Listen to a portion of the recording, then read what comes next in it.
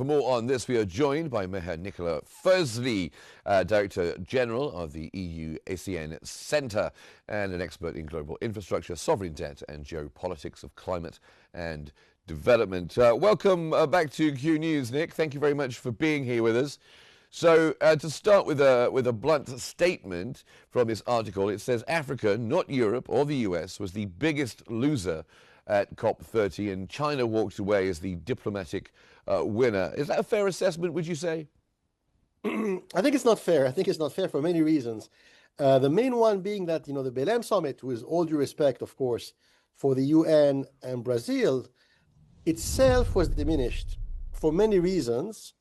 I would say the main two is that, on the one hand, Trump clipped their wings, and on the other hand, the Europeans themselves were very, how shall I say, very cavalier, because, the Europeans, in the days and weeks preceding the Belém COP summit, they clearly said, most of them, that they cared only about Ukraine, blah, blah, blah, and that, climate finance and sustainability was now, goal number 5 or number 10 on the list, goal number 1 and 2 and 3 and 4 being Ukraine, right?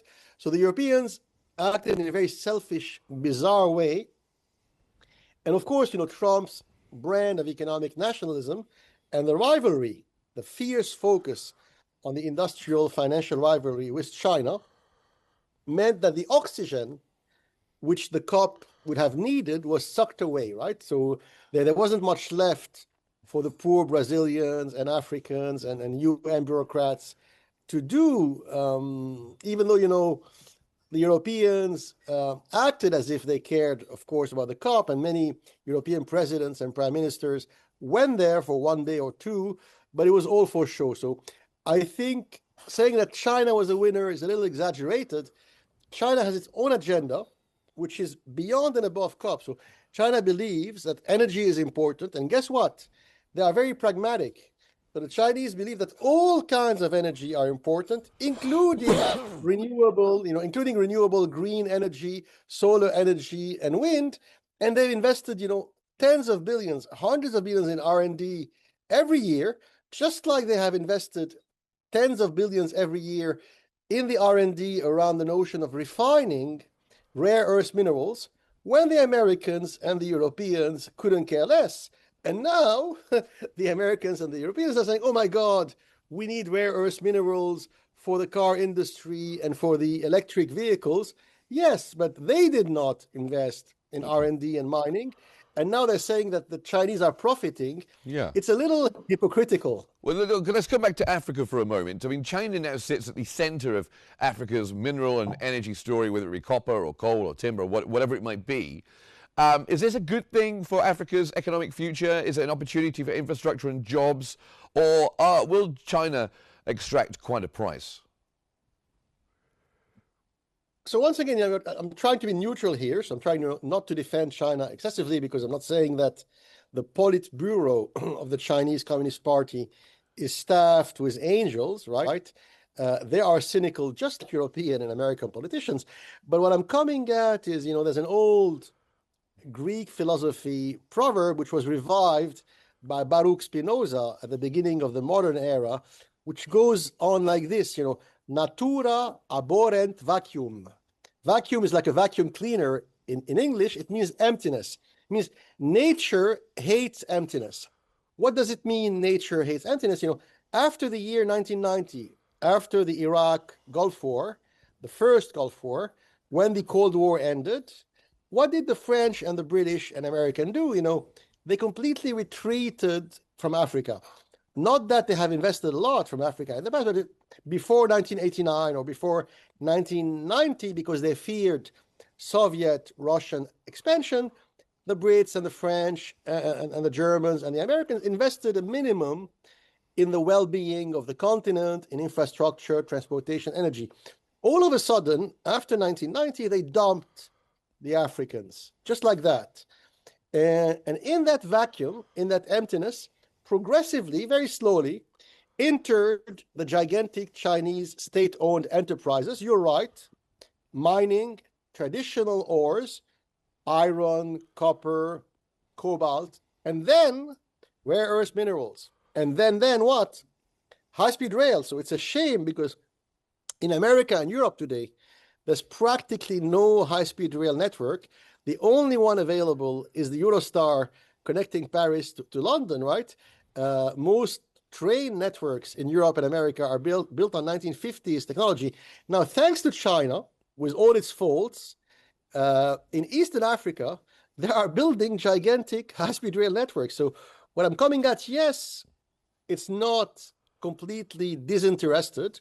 The Chinese are doing it also for themselves, right? Because having modern ports, modern airports, modern rails to transport goods and agricultural products and iron ore and all kind of minerals across East Africa is good for China. So it's not a charity project, but at the same time, the locals, the people in Kenya, Mozambique, Ethiopia, Egypt, will profit from massive Chinese investment in energy and transportation infrastructure.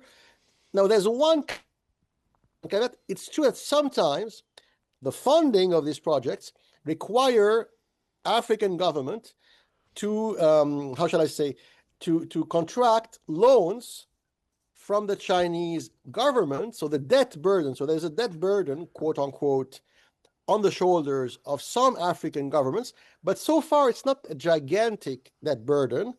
And of course, who is jealous of China? The Europeans, the Brits, and the Americans. So what are they saying? They're saying, oh, this is a debt trap. The Chinese are engineering a plot, a very sophisticated conspiracy, and they're trapping the Africans into a debt trap. I think it's widely exaggerated. I think competition is good. So now at last, okay, there's competition. We're running out of time, but just before we go, let's talk about Europe and Africa, can we, for a second? The main backers when it comes to climate finance in Africa is Europe. What would it take for Western actors to re-engage with Africa, do you think, in a way that might compete with Beijing? Good question. So, I was at the COP20 in Paris 10 years ago, right? And the world changed a lot between the COP20 and the COP30. So I would say that climate finance, sustainability, is no longer an afterthought. So it's no longer a compartment or a segment. All big investment projects in Africa and elsewhere are linked to sustainability. So it's no longer something peripheral. So all the big investments which Europeans and non-Europeans will make in the future in Morocco, Egypt, Sudan, etc., will be heavily influenced by sustainability considerations, right? And I think competition is good. So it's good that at last there is a wake-up call. At last, the Brits and the French and the Americans are saying, we can't let all of Africa fall into, quote unquote, Chinese hands. And they're coming back on the continent. And it's great. And the World Bank and the IMF is helping these, big French, British, American companies funding these infrastructure investment projects in Africa. So it's good, having competition is good because who will profit? The Africans will profit because they will have a choice. It's not good for them, for the Africans or the Arabs, to be wedded only to the Chinese or the Americans. Being able tactically on a case-by-case, project-by-project basis to say, here for the Aswan Dam, we prefer the French, but there for the Rabat airport, we prefer the Chinese, or vice versa. It's great. It gives leeway to the Africans. Okay. All right. Well, I can tell you one thing, Nick. This is the first time we've had Spinoza quoted on Q News. Thank you very much for enlightening us with that. Maher Nicolas Firzli joining us. Thank you very much indeed for being on the program.